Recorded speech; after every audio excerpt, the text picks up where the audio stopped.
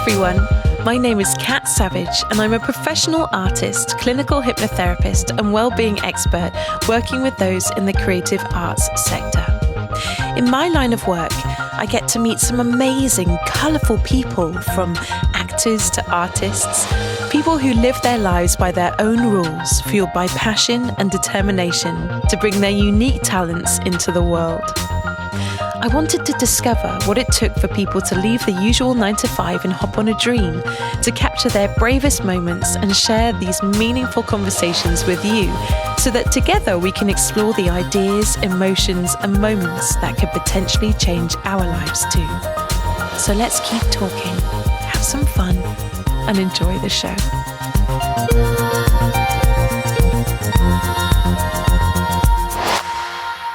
This week on the show, we speak to UK wildlife artist Ayse Rifat. After achieving her 3D multidisciplinary degree at Buckinghamshire University, Ayse became a corporate store designer for Estée Lauder. Her work can be seen everywhere, from Harrods to Harvey Nichols and internationally from Paris to Istanbul. But after a life-changing event where Ayse would literally lose everything she had, she returned her keen creative eye back to the wildlife she loved and turned her passion for painting into her newfound success. Winning a place in the National Trust's prestigious collection, Oh Wise Owl, and exhibiting in the famous Oxo Tower at London's art-centric South Bank, it is with great pleasure that I introduce you to the phoenix rising from the ashes, the very talented Ayse Rifat.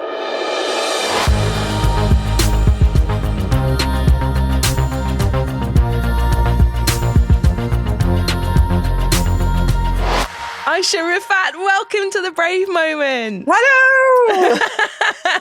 How are you feeling now that we're finally coming out of lockdown? Oh, I'm quite relieved. It's just been so stop-start. It plays with your mind, doesn't it? It really does. Oh my God, so much. And yeah. I don't know about you through lockdown, but being a creative person and being given that space of time, you're like, what do I do with it? Like, do I create, or do I just sit in my pants and do nothing for a whole day? Well, I did both. I was like, there's no pressure to do anything. So I'm like, I'll just go and redecorate my studio, or I'll just go and redo the hallway, you know? So it's like, there's no pressure to create anything. Whereas as creative people, we're always looking for more time. I know. We're always moaning about it. And then when we're given it, we're like, actually, no, you can take that back. I love it. I love that we're both on the same wavelength with that. Yeah, I think we all are, aren't we? I know, right? Okay, so I'm going to take you back into your childhood, Ayse. There we are, we're back in your childhood. What were you like as a child, and what was one of your favourite memories from that time? Well, I was pretty quiet as a child. I was always busy in my room creating, drawing. I don't remember doing anything else apart from drawing. You know, my mum said to me, you used to get really annoyed because you couldn't draw fast enough. You used to start shaking your hand. I was like, oh my God, I'm imagining like a Frankenstein monster just drawing all over the walls and the furniture. Yeah. Well, yeah, I think that's what, I didn't obviously draw over the walls because I get into a lot of trouble, but like me as a child, just sort of I remember laying down on the floor in front of the television, just drawing, always drawing. So it's just, and mum said to me the other week, she said, I remember this big family party we went to, and we've got a big family, and she said, well, no one could find you, we didn't know where you were. So I was like, well, where was I then? Did you mislay me? Did you forget me at home? She said, no, she said, you were in the corner of the room on a table drawing. And I still do that, Kat. Well, that's good to know. You know, your childhood self would be very, very proud of you, I'm sure, of what you're doing now. Yeah. So in amongst drawing all over the walls and the tables and being forgotten by your family because that's what you were doing, busy creating, what smell reminds you of your home and what memories does it bring up? Toast. Toast. Yeah, the smell of toast. Always around a toast. Do you want a bit of toast? Yeah, go on then. Did you have lashings of butter on it as well? Or yeah, and I used to have fish finger sandwiches with ketchup. No? I love it. In amongst your smelling of fish finger sandwiches and your drawing, what can you remember about your childhood room? What was your favourite thing in it? Well, I used to share a room with my sister, my younger sister. So, apparently I used to charge her 2p to come across to her wardrobe because the wardrobe was on the other side of the room. Apparently, I used to stack the 2p up on the sideboards, like my collection. Oh my God, I totally missed a trick there in my childhood, clearly. Does she have like any kind of PTSD from that situation now? Is she like really into fashion? Well, she just gives me her money now, I think. Excellent. Oh, see, you had it all figured out from an early age. I know, but I have to charge you inflation now, don't I? Because the price has gone up. So, what was your favourite thing? Oh, what, in the room? We used to have Wind in the Willows wallpaper, and I used to, because I wasn't a very good sleeper. Because my mind always was too busy. But I used to sit and draw with my finger around the characters on the wall to practice my drawing. That's really cool. I can imagine you like just drawing around Badger and Toad, just really intricately. I had some of that wallpaper. You know that wallpaper which is kind of like puffy that you can sort of like put your nail in and like sort of peel off the wall. Yes. We had some of that situation going on. I used to peel it, much to my parents', horror when they come in by patches of the wall just like scraped away. I was creative in a different way. I don't know what I was trying to say destruction. as a child. Yeah. So I was going to ask you next if you were sort of aware of your creativity as a child or whether someone encouraged it. But it sounds like you were really aware of your creativity. Yeah. I mean, that's what I enjoyed doing. It was my sort of freedoms, just cause, I think because I was so quiet, and that was my quiet time was drawing at home. So and family time was going nuts with your cousins. So that's what took up my childhood, was drawing and creating. So that's all I knew what to do. That's all I enjoyed doing.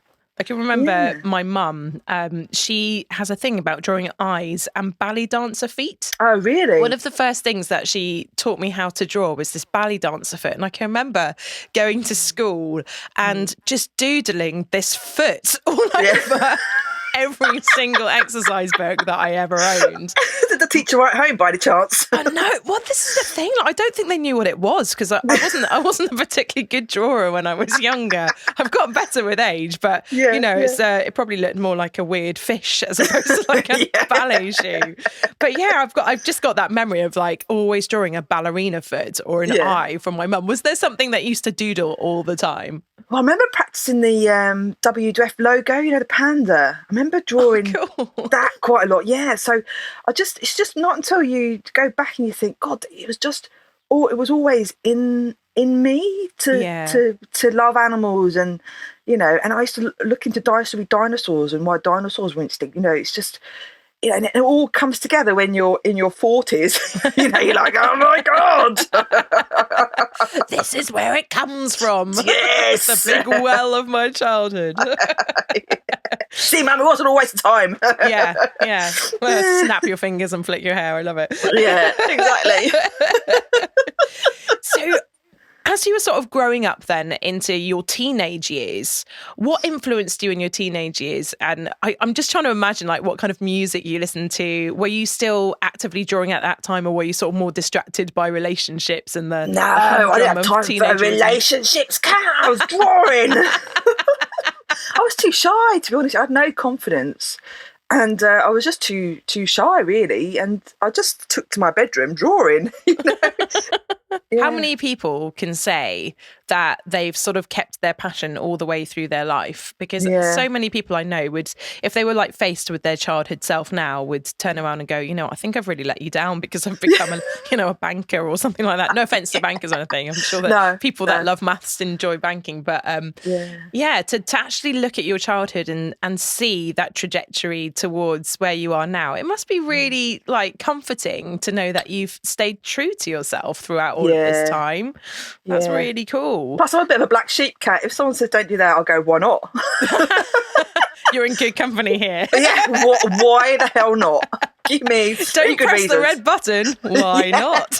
Yes. So here you are as a teenager and you're still really, really focused on your art. But who were the people that inspired you at that time? And what music were you listening to, just out of interest? Well, I loved Whitney Houston, Snap. Do you remember Snap? I've got the power. Oh my goodness. Oh yes. Yeah, do you remember? Definitely. I do. Yeah. And who else was it? Mariah Carey was out, wasn't she? We love you, Mariah. We do. Thank you for our childhood. And there was Vanilla Ice. Remember Ice Baby? Do you remember? Dun, dun, dun, dun, dun, dun, dun. Yeah.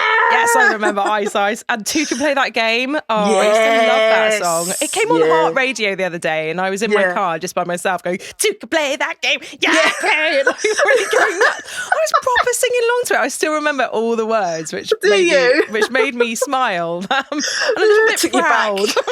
To your fish finger sandwiches, yeah. To my fish finger sandwiches, yeah. So who were your sort of like big inspirations in terms of art at that point? Did you have anybody that you looked up to on the telly or just in art in general? Well, I used to watch a lot of Tony Hart. Remember Heartbeat? And David Attenborough, watching David Attenborough growing up. Oh, he is. He's like a Jedi, isn't he? He's the Jedi of nature. Can you imagine if David Attenborough was Prime Minister? It'd be amazing. He's like the perfect teacher. I'm glad that you had David Attenborough high in your vision at that point. Of course, yeah. What happened next? When you left school, where did you sort of channel your creativity? Did you go to university or anything like that to study art? I did. I did a college GMBQ and then went on to university to study multidisciplinary design. So I did lots of things. Wow. That sounds intense. It was intense. Our course had more than half by the time we got to third year. So, because people think that doing art and going is easy, but you are graded every 6 weeks. You've got to pass those modules to carry on. So it's continuous examination, if you say. But I loved it. I mean, I lived with 5 girls in a house. And went to a girls' school previously. I bet you're like, yes, give me the examinations. I'm going to be awesome. Yeah, I know. Yeah. I mean, it's just like, but it was carnage, Kat. It was like people used to come to our house for a party. Do you know what I mean? Because we were all there. So it was 5 girls in a 3-story house. Wow. It was chaos. It was absolute chaos. Can you believe it? That's a different podcast, though. Some of the stuff we used to get up to. It was just like... We'll do that podcast one day. Yeah. I think that would be very interesting, but with a good glass of wine. Of course. God, yeah. Whilst you were at university and you were being assessed all through the whole experience, what are your sort of like fondest memories of that time? I just think because I just enjoyed being creative so much, I sort of absorbed it all as much as I could. I mean, my tutor, Mike Woolley, I think he used to design for rally bikes and came over to us. So we had some really good tutors who were in the industry. So, there was a lot to learn because I like to learn from people. So I was like a sponge. She's like, and there was an interior designer from HAK, it's HAK, I think it is. Wow. So there was lots of people that had design life experience. So you kind of look at them and go, I just need to absorb all this and take notes and absorb it. It sounds weird, but you just want to learn from them because they've been in the industry. And it's really nice to hear that because, some people have bad experiences of university or they get bored or whatever, or they find their course isn't the one for them. And here you are just taking it all in, knowing that this was going to be your life. So tell us about your first job and what was it? My first job, when I left university, I got a job at Costa. Yes! Shout out Costa, especially Costa Plymouth Waterstones, who always know what I want before I've even got there and make it ready on the counter. Yeah, that's a good coffee shop. So I used to work at Costa. But because I was trying to just keep my money going, I worked at a bar at the weekend, so I was working 7 days a week, really. Wow. And sometimes I didn't know what day it was, but I was working. So, and that was before graduation, because there's a gap between graduation and there's a gap from when you leave university and the graduation, isn't there? So it was between that time, and I used to keep my business cards in my pocket just in case some random designer came into the bar. I gave him my business card, Here you go. This is me. But you never know, do you? Because we were taught to, always be on the lookout for an opportunity. Do you know what I mean? It's just like, be ready, So I was always ready, but no, they didn't come in. God, those people, where were they drinking? Come on. Come on. So So anyway, when I went to my graduation, my tutor said, "Yeah, guys, look, there's a job going here." It was only a 9-month contract. It was working for Estée Lauder companies as an office junior, design junior. Wow. I said, "Well, I'll give it a go. I might not get it."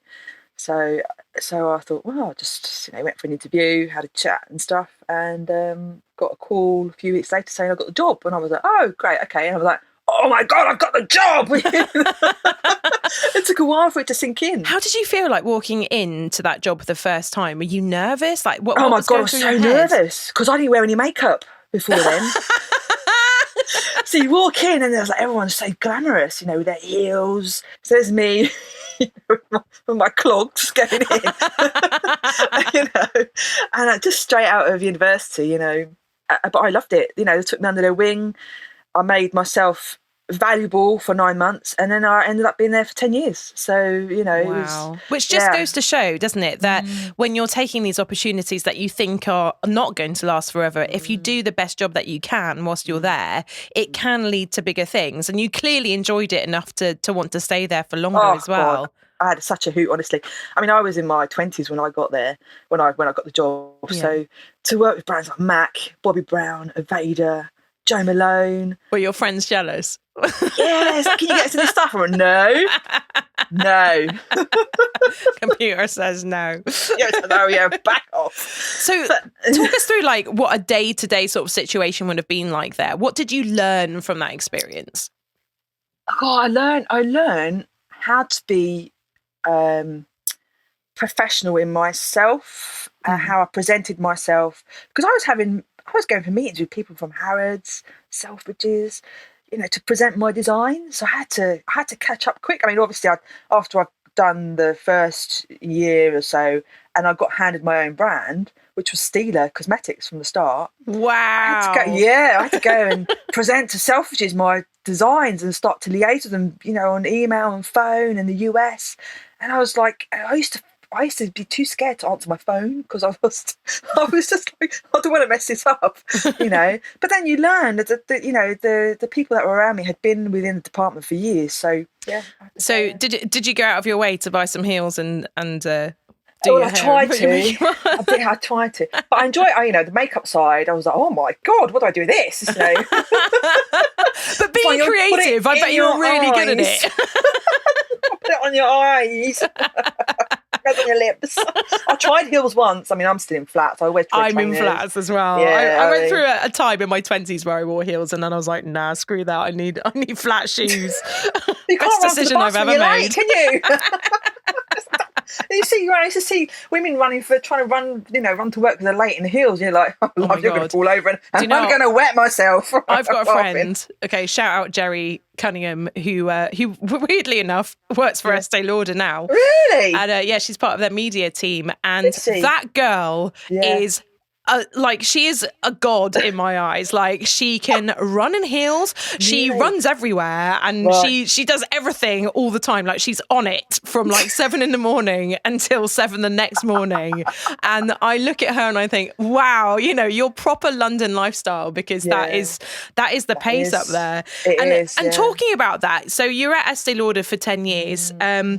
What happened next? Because I know that now you've moved down to the West Country, haven't you? As have I, because that pace was way too much for me, and I don't know how you found it. Well, I just found, like your friend, you're just on it constantly. It's just there's something always going on. If it's not work related, there's people expecting you to be in a certain place at a certain time.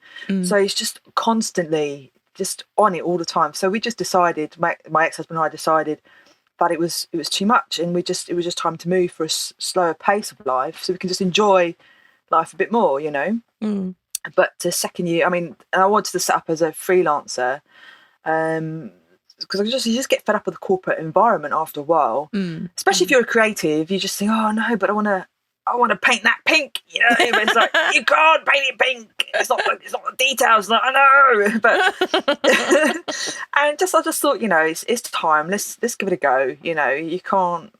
you just, you know when you've had enough, Yeah. So second year into living in the West Country, my husband and I decided our marriage wasn't working, and we decided to part company. Oh my goodness! So yeah. your dream of West Country life wasn't quite as you planned. No, not really. So that happened, and I moved out. I didn't want to stay in the house anymore, so I moved out to my friends. I literally walked up to my friend's door, who lives down the road. There's a neighbour as well. You know, the West Country's neighbours are far apart, aren't they? Yeah, yeah. So I walked down the road with a rucksack full of dog food and my dog, a pair of pants. I went, it's over. I was just like, oh my God, come in. Oh, bless you, though. Yeah. So I just literally overnight, I pretty much, everything had gone really. Was there a part of you that was just wanting to go back to London? Were you just like, I should go back to London? Well, I did think about it. I did. I was just, do I go back? I thought, no, I know what's waiting for me on the other side. Yeah, yeah. I know what is going to happen if I go back. I know what their life is like. I don't want that. Yeah. Because, it's like when you're getting on the train to go to work, the trains are late. You left, an hour and a half. You're just stressed, aren't you? 24 hours a day. Yeah, exactly. You always feel like you're catching up with life as opposed to sort of letting life on your terms. I know, and it's always on somebody else's terms. It's like the train, it's just, and living in London is expensive, Oh my God, yeah, yeah. So I thought, I don't know what to do. Oh, bless. So there was lots of conversations with my parents, like, look, come back, come and stay with us for a little while, because I moved out, so I had no home, basically. I thought, do you know, don't want to go back to that life. Yeah. I'm not talking about parents, but I'm just talking about life in general, living in London. I don't want that. So I went and took the dog for a walk down the beach, and I thought, right, what am I going to do? And I'd contacted some recruitment agencies as well in the meantime. And a job had come up working for a department store, for their design background sort of side. And I thought, I know exactly whose job this is. I know what the job entails. And I know how she felt when she had the job. And I thought, no. I thought, do you know what? I thought, it's taken me so long to get, because I've always wanted to live by the sea. Yeah. When we were younger, we used to go to Southend quite a lot, Yay. Yay. Shout out Southend. I know. Don't ever get me on those 10p bloody machines that go backwards and forwards. Don't do it. So anyway, so there's me walking the dog, on the beach. And I thought, I'm going to stay. I am going to stay. So I had some savings and I bought a caravan, a 15-foot caravan. Oh my God. Oh, no. That must have been super scary, actually, because going from corporate life to setting up with your husband in a completely different area and then having to buy a caravan to live in. What was going through your mind? Were you scared? Were you nervous? Were you excited? Like, what did the caravan symbolize for you at that time? Freedom. It was freedom from the marriage I was in, I suppose. Yeah. So I just my parents were devastated, obviously, because they know how hard I worked all through my life to get where I was. Yeah, yeah. So, and then to end up in a 15-foot caravan with nothing, it was like, how did you get there? But I bet you were super happy about it. I was excited. But this caravan, Kat, I mean, to top it all, this caravan was in a farmer's field with no electric, no water and no sewage. So I was living off grid, right? They call that tiny house living now, darling. It's very, very chic. Well, it is. It's trendsetter, Kat. Trendsetter. And my parents came to see me, and I was just like, so I tidied up, made it all. I mean, not that you can leave a lot of stuff out in a 50-foot caravan. Yeah. And my mum was in tears when she arrived. I said, Mum, why are you crying? Would you rather I was in a relationship that I'm not happy in, or we're not happy in, And my dad's like, put the kettle on then. I'm like, I need to stoke the fire, Dad, because I'd installed a stove, wood burning stove. Wow. Completely against regulations, right? Yeah, you're rock and roll. I know. So, and I had solar panels on my roof. So I managed to get a little bit of electric to charge up my phone, let's say, Yeah, yeah. So Mum was just like, I can't believe this is happening. You have to come home. I'm like, no, you know what? I've been given a second chance. Yeah. I can make a change in my life, So she went to happy. Dad was like, yeah, okay. He checked the lock on Dad's he checked the lock on the caravan, because I was in this field on my own with the dog. No one can hear you scream. No, screaming, especially if the wind's blowing in the wrong direction, Cat. No one can hear you. So there's me in this caravan on my own with this dog. My dad's gone, yeah, lock's fine. And then he handed me this axe. I'm like, Dad, what's that for? He's like, it's to chop your wood. I'm like, Dad, I've already got an axe. He's like, just take it, all right? I'm like, okay, Dad, thanks very much. I'll sell it on eBay. It'll make next week's rent. No. It just gave me that freedom to not have to worry too much about how much money I was taking to pay like a big rent price. Does that make sense? Yeah. So it was just to ease off. It was only meant to be for a year, to ease off a bit of pressure until the divorce went through. I got my money back from the money I put into the house, so that I could sort of then reassess what I was going to do. So I got a job. I just got any random job doing whatever, because my office space had gone. So I started working on a farm. Wow. Yeah, I was helped out with lambing season. I haven't eaten lamb since. Yeah, I bet. So yeah, it's just, I used to love it. I used to walk up and, you have your bag of food and they'd come running and you're like, hello, it was just lovely. So, and I did some stripping, like wallpaper stripping for decorators, Honestly. I was curious as to where that sentence was going to go. I did try to get out quickly. And I used to clean an elderly lady's house, So, and I used to love going there because, she was a smoker. She'd put one out and put another one on, I was just like, go on, lady. And I used to come out stinking. I was like, oh, God. Are you sure that wasn't my Auntie Anne? No. She's a legend, that woman. Shout out Auntie Anne. Yeah, she's one of life's originals for sure. But yeah, you go into her house and she's an artist as well. Is she? And she's always got a gin and tonic and a fag in her hands. And she's so welcoming as well. She's like, oh, darling, make yourself at home. Have some gin, have a fag. I'm like, no thanks, Auntie Anne, but I'm trying to cut down, yeah. I haven't smoked for 20 years, but whatever. Yeah. Anything goes now, Cat. Just go for it. Yeah. So I'm really interested in this period in your life, because change never looks how change is going to look, does it? You imagine what it's going to be like, and then you have that messy part in between where you're neither here nor there. You're trying to just figure yourself out and just get through that changing period. And it sounds as if you were doing an amazing job of keeping yourself alive, let alone anything else. To be no sewerage, Cat, and you've got a bucket to do your business. It's just it gets real pretty quick, I'd imagine. You're like, oh my God. But I used to run. I started running. And my friends were going to do the commando challenge. Yeah. So, Ayse, at Livingston, you're going to do this with us. I'm like, no, I don't want to do it. So no, I can't run. Last time I ran was I did the cross country at school, and we used to stop and smoke around the back. No, I can't. No, come on, you can walk 5K, you can run it. So I think it was them just getting me to do something different, So I was like, okay, let's do it. So I started running. So, I couldn't make it from lamppost to lamppost. So that was a challenge I saw, but it helped me focus my mind on what I was doing there and then, rather than what was happening in my divorce. Yeah. So I did that. We did the challenge. We came with the first team to come in, because it's a team challenge, isn't it? You've got to come in as a team. Congratulations. That's a massive feat. Well done. Yeah. You get my solitary clap. Here it comes. Oh, yeah. The crowd goes wild. So I did that, and that was great. It was because that was October, so I left home in August. So that such a period of time where I needed that probably. So I thought, I'm really enjoying this running business. So I carried on running. And then we got invited to do run up the Gibraltar Rock for the Royal Marines 350th anniversary. Wow. So we did that, and it was exactly what we both needed to sort of put things into perspective. Do you know what I mean? Yeah. So with that new perspective, what happened next? Oh my God, that wasn't the end. The divorce wasn't the worst part. Is I had all my stuff in storage that I'd taken from the house. And I got a phone call one day saying the units are on fire.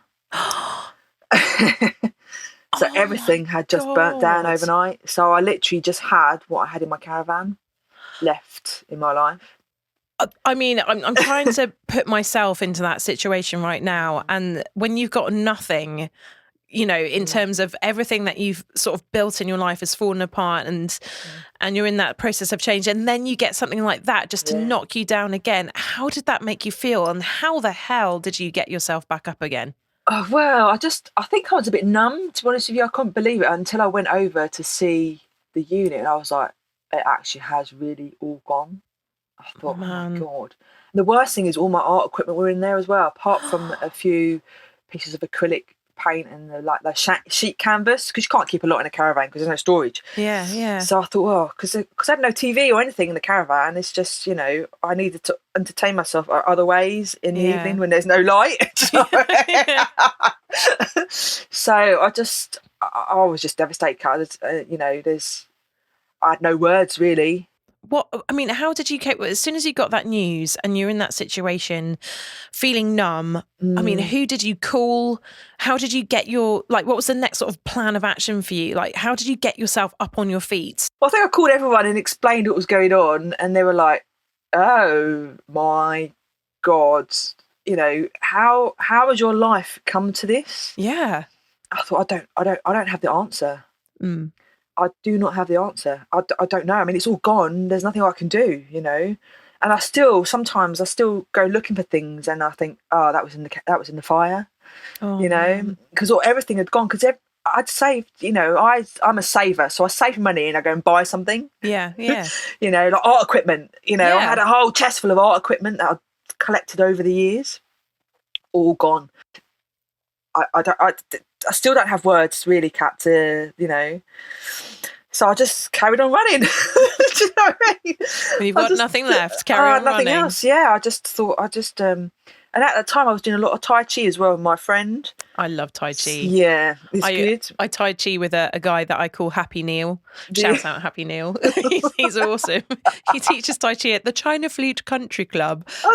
But it's great because we just turn up and we do a bit of Tai Chi, and then after about 5 minutes he tells us a random story that's just happened to him that week. And the last one that we heard before lockdown was that he'd been on the motorway and the car door just like opened on its own, and he was sort of like hanging out the door, and I was like, what? And this is in the middle of Tai Chi, which if you know about Tai Chi, listeners, is the most calming, beautiful experience. And there's this guy just telling us about, you know, the time that his car door flew open and he was like hanging out on the motorway. Anyway. So Tai Chi was there. That's good, because at least it gives your mind a focus point in that situation. What were you thinking? Like, at that point, I would have gone home. I would have been like, really? Mum, Dad, I'm coming home. I can't deal. How on earth did you lift your spirit? Well, I'm quite stubborn. Like, as you can tell. Divorce, fire, nay, life. I'm going to continue regardless of you trying to stop me. Give it a big F you. Teach it a lesson. Yeah, exactly. But I just, because I knew I didn't want to go back to London. So I thought, I've got to make this work, you know. I have to. So I just carried on, Kat. I just carried on stripping wallpaper, cleaning houses. And then the divorce went through, and then I managed to put a deposit down for a house. So I now live in a house.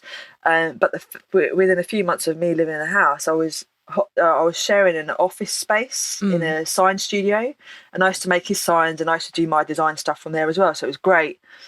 And then one day I get a phone call, right, saying that the office had been broken into and your computer has been taken.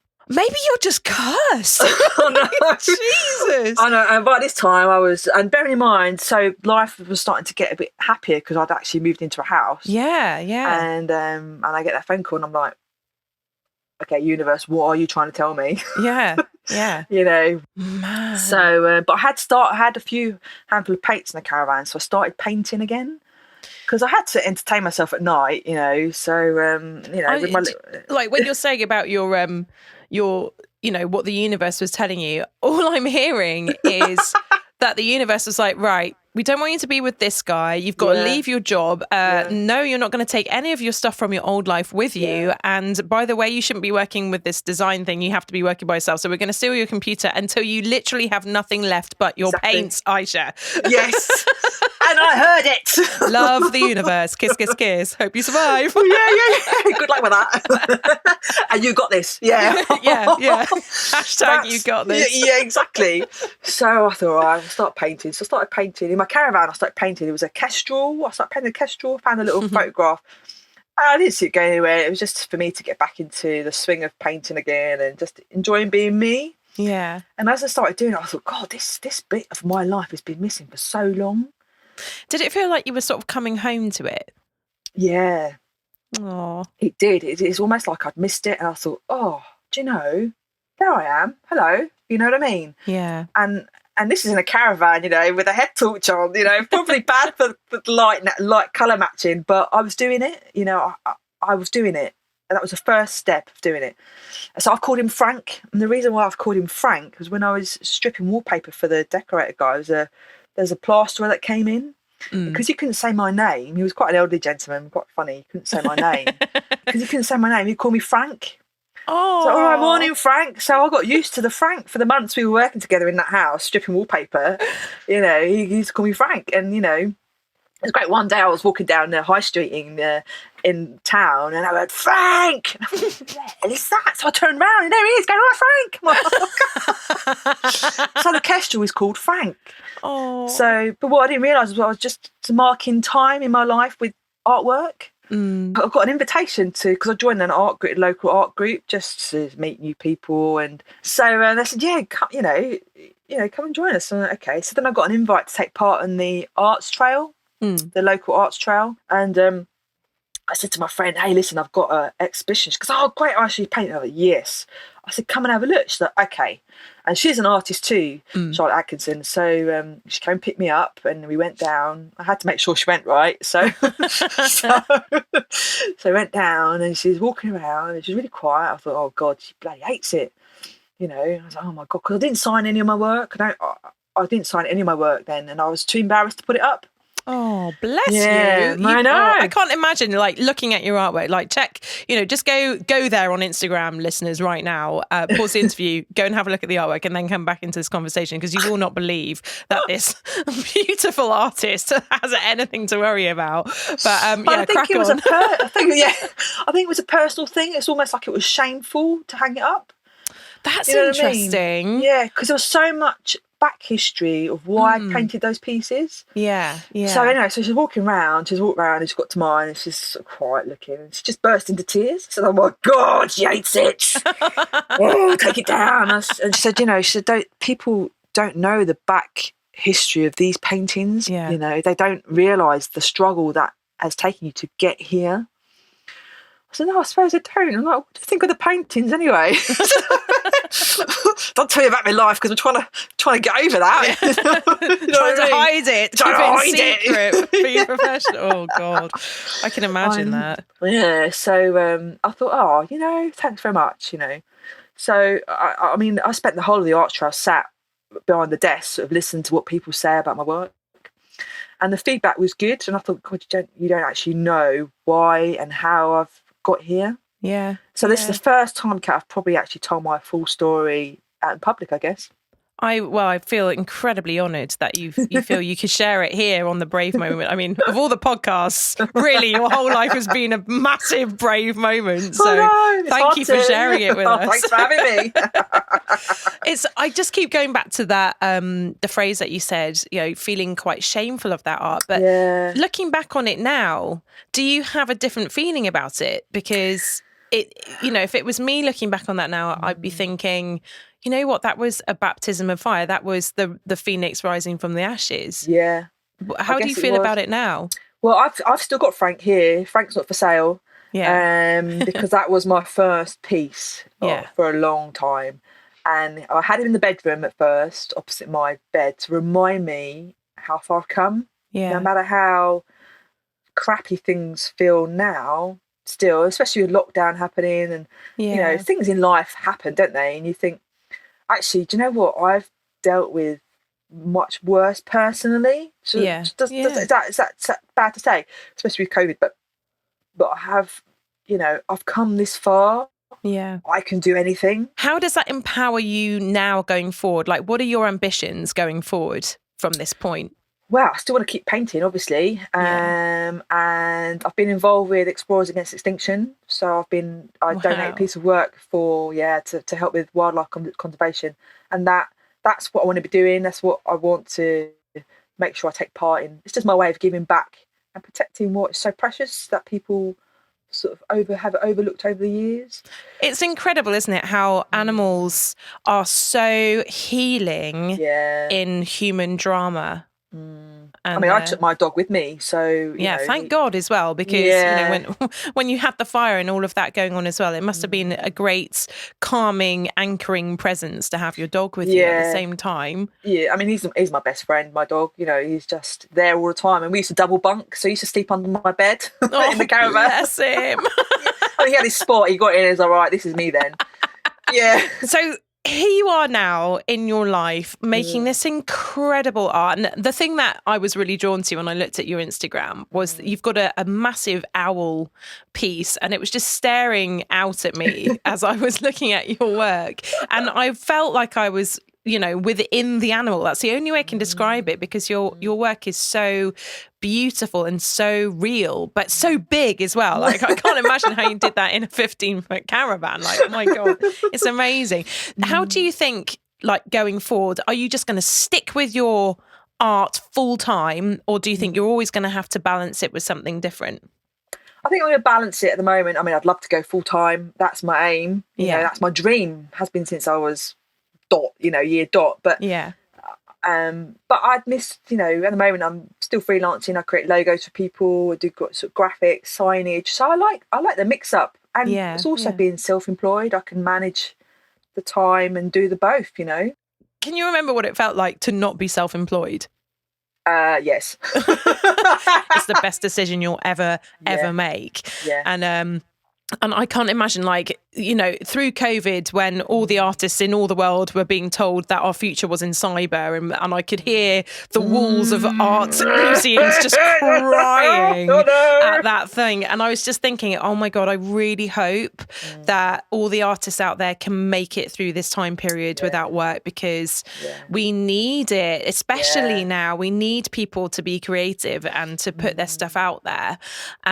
When you put stuff out there now, do you think you'll put it out with a different frame of mind? Because I know that obviously from what you've said, you don't want to sign things, you don't want people to necessarily know it's you, but would you do things differently now that we've come out of Corona?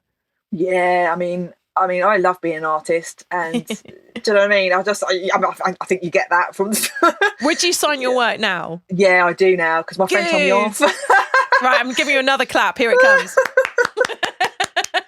I've been told off too many times. Good. I'm telling you off too. Well, I'm not saying I'm waving a little flag and going, yay, with a party hat on.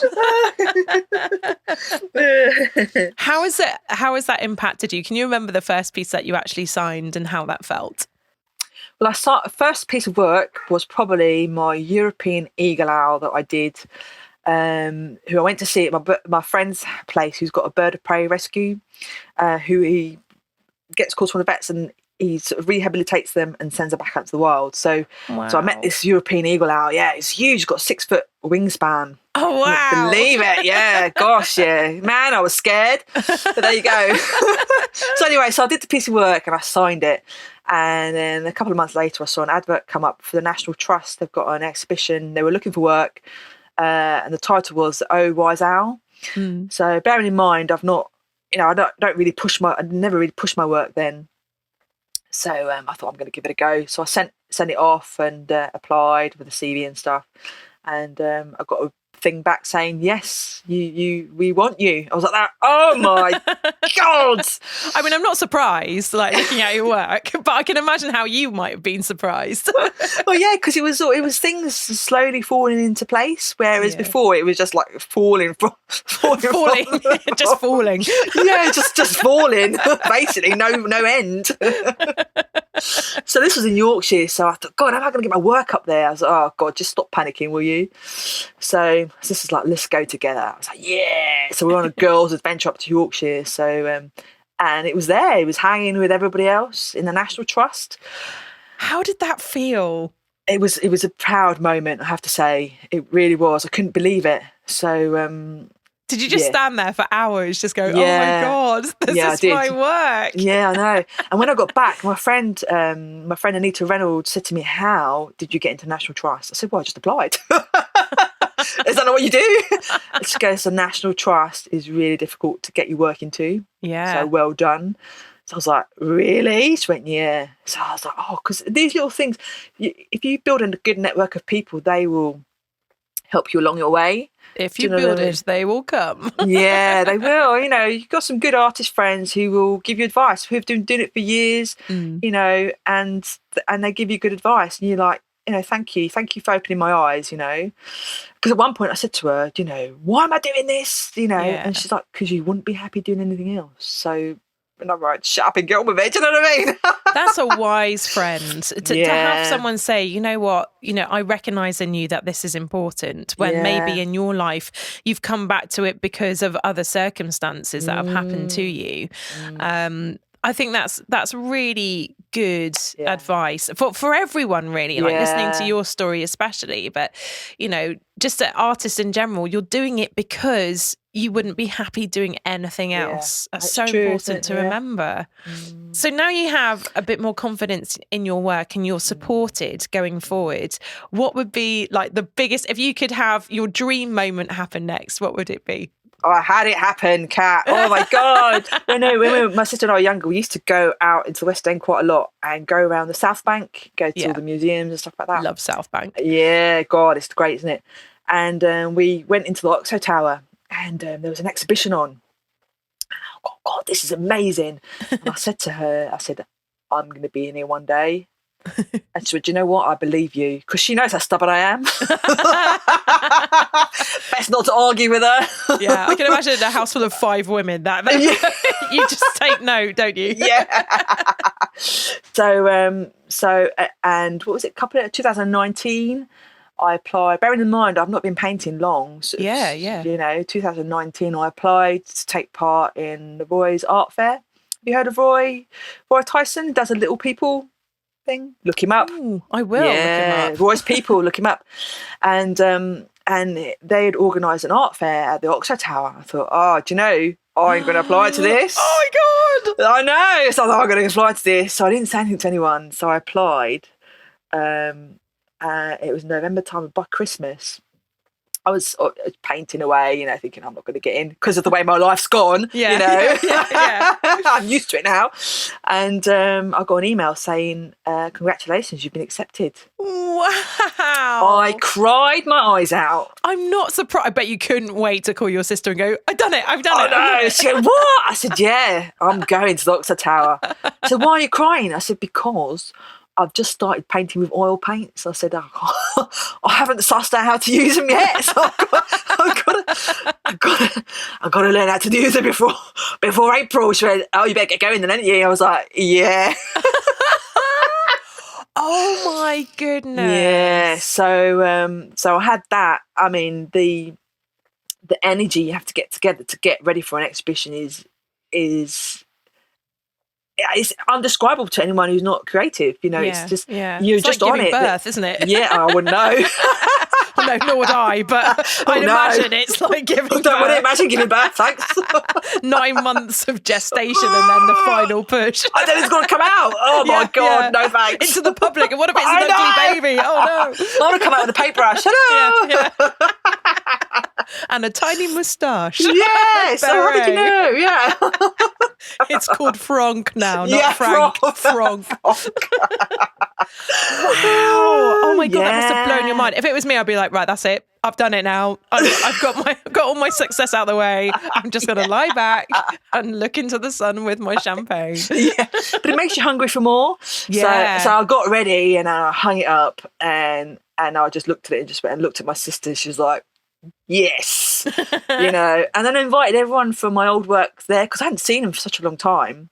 Yeah, I bet They that came was and they looked. I was like, oh my God, Ayse, I can't believe you're here. I'm like, I am. Look, I cried. As soon as they walked through the door, I cried. It was almost, I did a lot of crying. It was almost like a lot of, it was almost like a release valve for me. I imagine it's sort of like the end of a story as well. It's like a cycle has gone past in your life, and now pretty much you're sort of faced with your past once more. Oh, yes. Yeah. Wow, what a moment. Yeah, I know. So, you know, and I enjoyed the show, you know, got people talking to people about work, and also I could sort of tell the people the story behind why I painted certain things. Yeah. You know, like Twilight Hunter.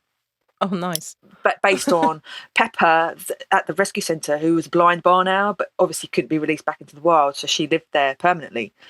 So, and also an experience I had when I opened let the dog out the back door, and this barn owl came swooping past me. I thought, oh my God, you know. Wow. Yeah. So I like to build my stories into my paintings. So they've got like a little story behind them of my experience. Yeah. Yeah. So, yeah, it's just, it's exciting, Kat. I'm so excited for you. Like, I'm literally like, my body's gone fizzy just listening to that moment, because that's amazing, and a real testament to you and your courage and your bravery and your, you know, just motivation to keep going in a real time of adversity. So, you know, massive hats off to you, and I really hope that coming out of this lockdown that your success starts to build, because karmically, I think you're owed quite a lot, lovely. Oh no! Come on, karma. I was going to ask, considering it's called the brave moment, what your brave moment is, but I feel like I've heard like so many already. Are there any that you want to add to the conversation that you feel are particularly emotional for you? I mean, there's been times where I've gone, do you know what, I can't do this. I really can't do it. But then you wake up the next day and you think, actually, I've come this far. Yeah, I can't give up now. No, and especially I've had support, you know, with family and my new partner. You know, congratulations. Yeah, thank you. And, you know, it's just you've come too far, you know. So I just got to keep going. And every morning, I had to move Frank from the bedroom. I thought, I can't keep waking up looking at you, because that's just...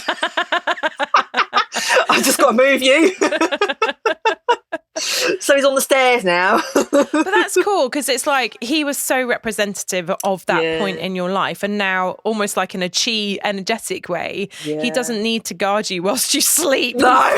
Things in the world happen to you. He can, he can sit in the hallway and go, you know what, this is a passing through place now, and you're going to go into a different phase. Yeah. So going forward with everything that you've learnt from your 6-year brave moment, what will you bring with you into the next like stage of your life, especially if another crisis hits, you know, touching wood that it won't, but oh God, yeah, I know. What have you learned, and how have you sort of evolved as a person? Well, I've learned that my stubbornness will get me where I want to be. Determination, I think, is the word. Oh yes, stubbornness is a bit, you know, it's a mum word, that is, isn't it? But, you know, you just got to remember your goals, Kat, and learn to pivot when things, you know, what's the saying, when life gives you lemons, chuck it in a gin, you know what I mean? I've not heard that saying, but I'm totally stealing it now. Ayseism. You need to put that like in a painting, like just subliminally in the background of one of your paintings. So before we do a quick fire question round, which I'm super excited about, by the way, what advice would you give to other people that are thinking about taking up, or maybe they've started and they're just a little bit underconfident about their work? What advice would you give them if they're just starting out? Just keep going. Just keep creating. Honestly, just got keep creating, and don't be scared to put yourself out there. I mean, I tell myself off now for being scared of putting myself out there, but it's a big thing, but it's an important thing. Yeah. So you've got to do it. Yeah, just keep yes. I'm like jumping up and down in my mind with a like solidarity sister kind of pose. Okay, Ayse, are you ready for your quick fire question round? Hell yeah, right. Go. Favorite art medium? Oils. Favorite brushes? I feel like I need a buzzer. Can I have a buzzer? You sure can. Go, sorry. Favorite brushes? Rosemary & Co. Oh, nice. If you could change one thing about you, what would it be? Stop overthinking. Nice. I wish I could change that about myself. What if you were to be reincarnated, what would you come back as? A starling. Oh, I love watching them when they're doing their murmurations. Oh my God, yeah, they're so cool. never seen one. Yeah. I would love to see one. Haven't you? Oh, wow. They happen all the time down here. So you just we'll go together, love. When we can finally take get our out, I'll give you a binoculars and a coffee and sandwich.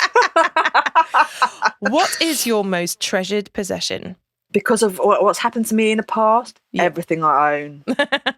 Honestly, just like it become is. A hoarder from now on. I have, yeah. If anyone breaks anything, I'm like, get out. Yeah. Just get out. Yeah.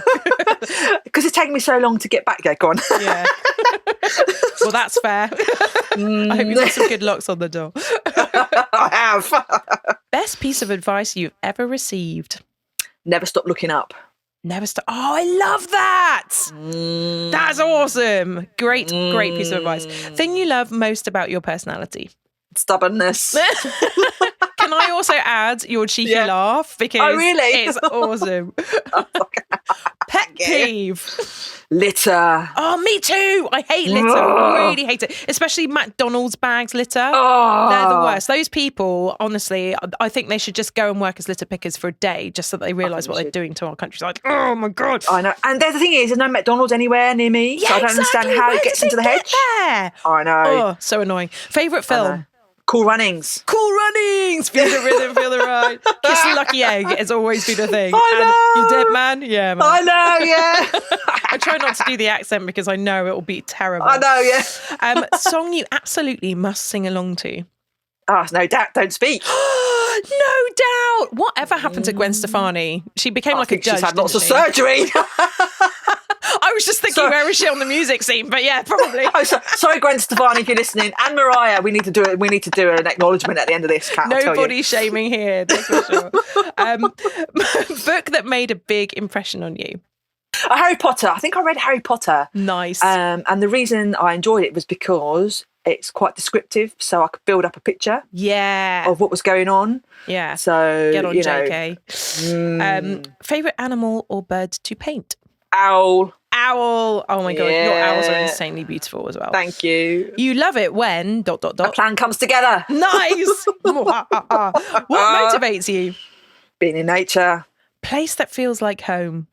My home now, Kat. Oh, I can't even imagine what that question must hold in your heart. Oh, I'm just giving your home and you a massive hug right now. Thank you. Oh, epic fail. Knitting. Cannot manage the double sticks. Do you know what?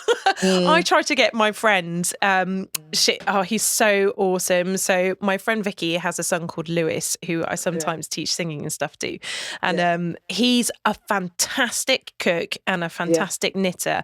And he is probably the only person, bearing in mind that I've tried to knit since I was about 10, that's been able to teach me how to knit. And he taught me in about 5 minutes. And it was all in the way that he taught me. He was like, right, you got to do this loop and you got to do that. And he just explained it so well. So shout out Lewis if you're listening. Oh my God. He was honestly, I can crochet. And he's really young. He's still a teenager. And I'm like, really?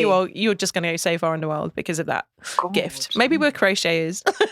Well, I crochet. I learned to crochet in this lockdown. Yeah. Nice. So I just learned to crochet this lockdown. Wow. I thought, right, I need another project. Are you doing scarves or are you doing placemats now that are around? No, I made a bumblebee. Oh a 3D God. bumblebee, yeah. That's epic. I know. I don't do things by heart, Kat. You should know by now. I don't do things by heart. See, I'm going to take back the question of epic fail and put like epic success as that question because that takes a lot. That's amazing. I was persistent. Yeah, your stubbornness did pay off. Yeah. I winged it when? I'm always winging it, Kat. Every day. We'll blame Frank. Yeah. Thing you would never change? Oh, my life now, I think. Oh, that's a good thing. That's positive. You know, if you turned around and said everything, then I would have been a bit worried. But no. Thing you wish you could change? I wish I'd kept painting all that time. Yeah. Yeah. Well, you're making up for it now, so yeah. Greatest fear? Heights. Really? Yeah. Oh my God, that must make your job really hard because I can imagine if you're like trying to paint a bird or something like that, then you would have to maybe go to those heights. No. No. Get someone else to take a picture and bring it back. Yeah. Nice. No, I do my own photos actually, but I make sure the bird's down low. Yeah, cool. How do you combat that fear? Avoid ladders.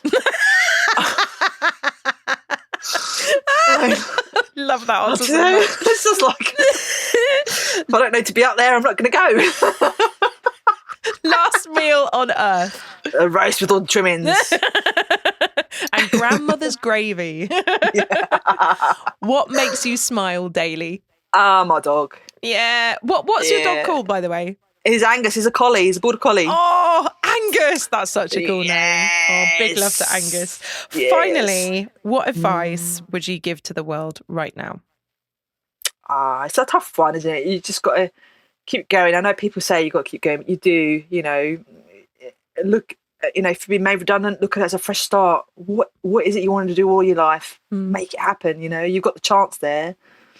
It's just a time for change. So change whatever you're not happy with. Go for it, It's true, isn't it? It's wonderful. Just, you've got to go for it. Yeah, I absolutely agree. And when you do go for it, when you just make that choice, and it is a I can't even say it, a split second choice, isn't it? That could be your bravest moment in itself, just making the choice to commit to that next step in your life. So that's wonderful advice, Ayse. Yeah. Thank you so much. I'm giving you another clap to end the show. Thank you.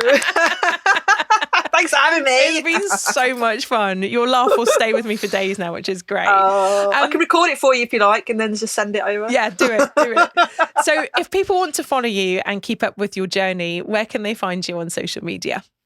I'm on Facebook as Ayse Rifat Wildlife Art. Can you spell that for us, please? AYSE. And surname's RIF for Freddie 80. Nice. And I'm on Instagram as well. So brilliant. Yeah, all on there. Just type it all in. Come and say hello. Send me a message. Yeah, especially if you want to exhibit her work. Yeah. Hey, I'm always open. I'm sure that some person's got that as a tattoo somewhere. Always open. Oh, no, you haven't had it as a tattoo, do you? Thank you so much, Ayse, for just brightening up my morning and just being the wonderful person that you are. And I wish you all the best for the future. And hopefully, if you're up for it, we can catch up at another time just to check in with you and your journey. Of course, yeah. Brilliant. Awesome. Thanks for having me. Oh, you're so welcome. Thank you. Bye. Ayse's positive energy is so infectious, and it's hard to believe that her beautiful art was born in a small caravan under the light of a headlamp after losing everything she had in her life. Sometimes when you have nothing to lose, and it's almost as if the space that was left in her life was, although tragically created, just the necessary space for Ayse to remember exactly what was important to her. Ayse is proof that even in the darkest of times, you still have the choice to, as she says, look up. Ayse talks about her stubborn determination as a great accessory for helping her to achieve her goals, and it's clearly working. At that moment in her life where there must have been great doubt or trust in her work, she could have easily resigned herself to something a little safer, a little more familiar, or even gone back to her old job. But instead, she pushed herself forward. Where there is a will, there is always a way. I have to admit that when Ayse told us how she cried to see her work in the very place that, as a child, she dreamed she would someday be, I also had to hold back the tears.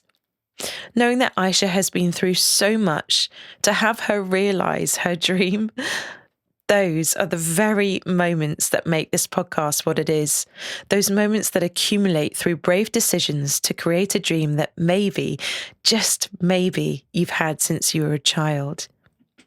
And how lucky she is to have the kind of friends that drag her out on a run and literally get her back on her feet when the chips are down. My dad often says that if you can count your friends on one badly mutilated hand, then you're the luckiest person in the world. And luckily for Ayse, she has that intimate support system to help her to be the best person that she can be, even when she can't see it herself. It's clear that no matter where she was in her life, her art was always there in some capacity. So maybe it's time to ask yourself, what is that creative spark in you?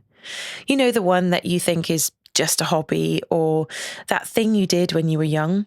The one that every now and then rears its head in your life and secretly whispers, "Hey, remember me? Is it time to play again?" Allow yourself for a moment just to daydream with me. Close your eyes and imagine your perfect creative day. You may be in a studio, or packing your camera into a day bag, or turning towards an old typewriter and filling it with a new ribbon. Take a few moments in imaginative play to think about what that day looks like and to greet the artist within. I'm going to gently count from 10 to 1, and the closer I get to the number 1, the more vibrant that mental image can become, even if you have to write it down or say it out loud. With every passing number, imagine that perfect creative day. Are you ready? Here we go. 10, 9, 8, 7, 6, 5, 4, 3, 2, 1. Now take a deep breath. Freeze an image or sentence in your mind that represents that day. As you breathe in and out, relax your body, but gently pinch your thumb and index finger together, anchoring in that image or sentence in your mind. As you do, imagine that image big, bright, and bold in your mind. Nourish it with your breath. Allow it the space to be seen and felt. When you're ready, open your eyes and release your fingers. You may want to pause this podcast right now and write down your experience so that you can remember what it feels like to meet the artist within. If you are continuing with me now, slowly move your body, stretch your limbs, and push your feet into the floor. When you're ready, shake it off and make an artist date with yourself, a day in the future where you will honour that part of yourself and let them play. Who knows, it may spark a fire in you that you had forgotten was important. Finally, Ayse reminds us that art is a powerful, therapeutic force, that if it's within you, you have to answer the call and be ready for what that uncovers within you. At the beginning of her journey, she barely had the confidence to acknowledge her art or herself as an artist. She used the word shameful to describe how she felt, and I think many of us would relate to that in one way or another, especially if the work you are creating is born out of an extremely raw place. The ownership of the title artist is an incredibly hard one to accept. I was recently chatting to future podcast artist Laura Edmonds from Serendipity Sea Crafts about this exact phenomena. And there seems to be only two senses that are evoked when you say that you're an artist. Either a weird embarrassment or something close to arrogance, because you feel so unworthy of the title for some bizarre reason that it makes you feel vulnerable. And we all know that vulnerability needs an emotional shield of some description. Maybe that is down to the societal structures in general. In school, we are taught that art is somehow secondary to, say, science or maths. And so we are indoctrinated from the get-go to believe that art is a sideshow to some sort of main event. As a consequence, the artist has always lived on the peripheral of usual societal structure, not really fitting into the norm, either to be revered in the public eye as some kind of rare butterfly, or seen as a jobless layabout, or worse still, mad. All of which is untrue, of course. But as long as we slip through the quote-unquote norm, there will still be that great taboo over who or what we really are and do for a living. And to own up to such a title as artist means owning up to someone else's myth of a wanted fame or fortune, or owning up to your talent and therefore selling it becomes a weird worldly transaction, for it's not as if you're selling a byproduct of imaginative thinking, such as a house or, a cleaning product, but selling imagination itself and a deeply personal vision of it to boot. To know that Ayse can now sign her art with confidence is another step forward into claiming space, marking the territory of artist and adding another important step to her journey. One I hope that if you feel the same as Ayse, you can also bravely take.